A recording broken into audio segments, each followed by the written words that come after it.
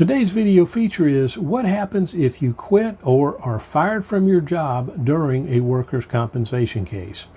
Well, the answer depends, and it does make a big difference. There are three things you get in workers' comp. You get medical treatment, lost time benefits in the form of a weekly check, and permanent impairment or disability if you have permanent consequences from your injury. Now, if you quit or if you're fired for cause, then your workers' compensation case will go forward, but you will only be able to recover additional medical treatment and something for impairment at the end of that care. The weekly checks would be gone subject to review. Now, if you voluntarily quit, walk off the job, that's pretty easy. Now, if the employer says they fired you for cause, then we may have a dispute that needs to be litigated, not only in an employment context, but also in your workers' compensation case.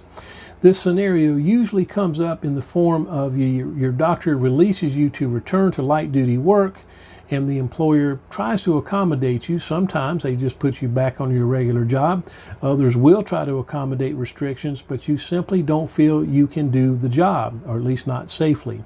What I tell every client is you have to at least try. You have to go in, you have to give it your best, and that way, if you are fired, then we can go to the commission and say you were doing your very best to accommodate the employer and the work restrictions, but simply could not do it.